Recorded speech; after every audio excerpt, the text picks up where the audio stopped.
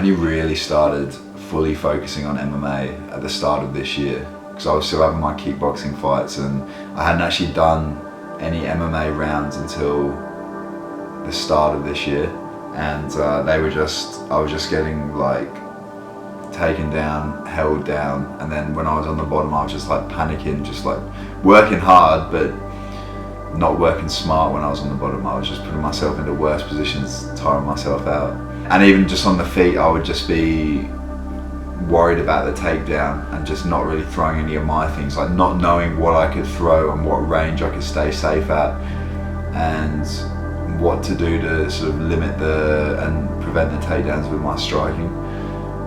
Obviously now just the way that we train at the gym and just putting myself in those bad positions all the time, I just feel comfortable in like a MMA fight now. And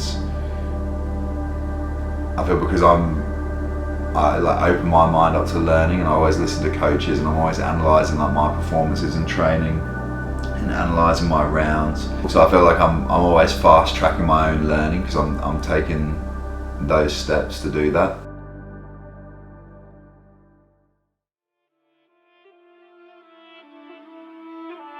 I love when the good news coming in on a day-to-day. Already know what's happening, I don't gotta shake the hay. Big moves, big stepper in the right direction. The trip continues, every W's a psychedelic.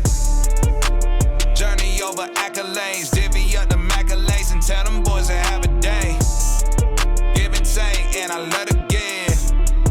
Give and take, and I love to see the bros hitting milestones. Gone, get your shine on, brighter than I think he's improving massively because he's so willing to learn, and it's like the attention to detail. He'll do all the smaller stuff and what probably people would think of being the boring stuff, but it's not. That's the stuff that gets you better, and I feel he'll do that quite a lot. So I feel it has fast tracked his learning quite a bit. I feel Charles moving too long in the tooth to get hit with some of the shots standing up as well, and I feel like the more he kind of overcommits with stuff, it kind of leaves for what Charles wants. Oh, it's been a really good training with Charles. I just watched Charles and how much better he gets every spar. He's getting like fresh man off like really high level MMA guys who've done MMA for years. A lot more experience than him, and he doesn't let his depth at all. But he's a great guy for one.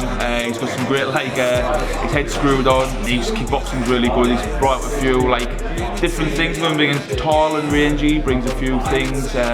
Kickboxing's definitely good. His balance and everything. And I feel like he's took to TFT quite well. He just likes the technique, drills it constantly want to improve.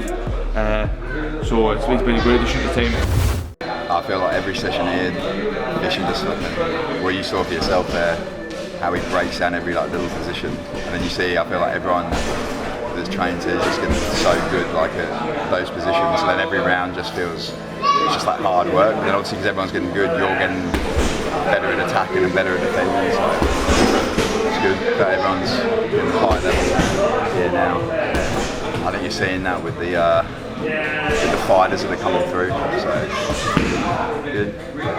Obviously, like my striking's still like the focal point, and it's going to be like that for probably my career. But I want to be well-rounded everywhere. I want to be good at grappling, be able to submit. Like I feel like now I'm starting to get, obviously, first of all, focusing on grappling defense.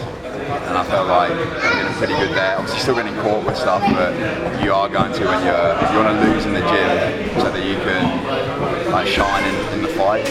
And yes, I feel that's improved, and then I feel just my understanding of grappling is so much better, and that's largely due to Fisher just coaching it so well, like just coaching the positions and the rules.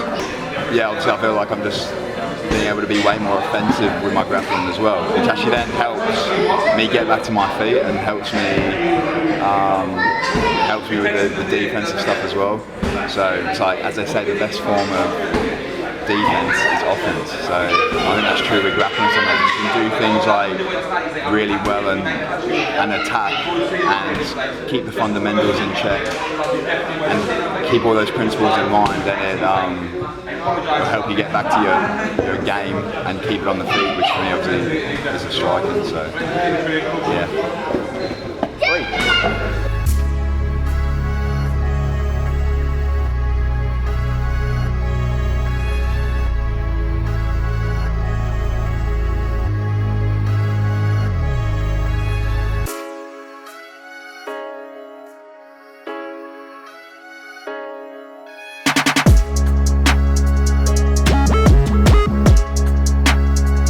Justin's ridiculously fit and he just pushes like a really high pace. I feel like because we've been training with each other for a while now, it's like really high level the rounds now because we know what we're going to do. So we're constantly trying to like, you know, be creative and find new ways to implement our game.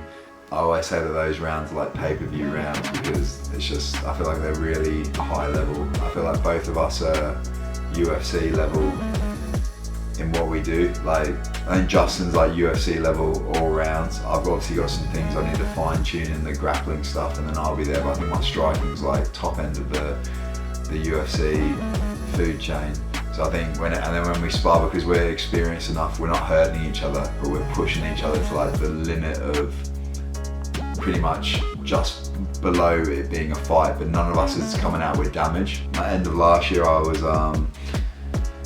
you know, main event for a show on DAZN, which was like a cool moment in my career.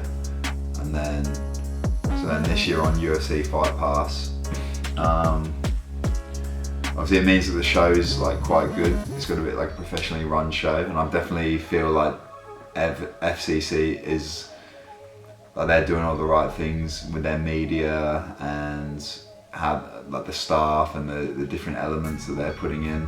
I don't know, I'm sure like when it comes to things like the Contender Series, if they, you know, for the matchmakers, like, or even just getting signed straight to the UFC, if they can see that you've been on shows that are on UFC Fight Pass, it adds like a little bit of credibility to your name as well. You're not just fighting on small shows that are not really getting any attention. So yeah, but it's also not the be all and end all because it's just, you know, it's another fight. Like, I've still got to win. I've still got a lot of developing to do to be, you know, at that point where I'm ready for the UFC. My official prediction for this fight is that I think it's going to be explosive because he's going to be really eager to prove that he's the same level sort of striker than me, or a better striker than me.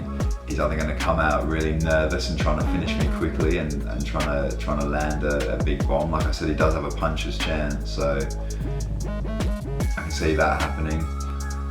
Or he's going to really quickly realise that he's not a striker on the same level as me, and he's going to go to his plan B, which will be his wrestling. And I think he'll have loads of holes and openings there because that's definitely not going to be something that he's like trained. But I could see it being done like really quickly, like opening stages of the first, because when people come at me wild, I find the openings every time, and in places that people don't expect as well, and in things that when you watch my fights you don't know the damage that some of these shots have done. But yeah, so first round finish. They hate when you elevate. They stacking up losses, I'm handing them out, yeah, I had to go delegate. They feel like I'm floating, I'm lost in the moment, I swear I could levitate. They never believed that I would really fly, I had to go demonstrate. I had to set them straight. They hate when you elevate. Let's go, the big man. The tables are turned. Now I'm the videographer. And you are? Do you know what you are? You're the twat with two right gloves.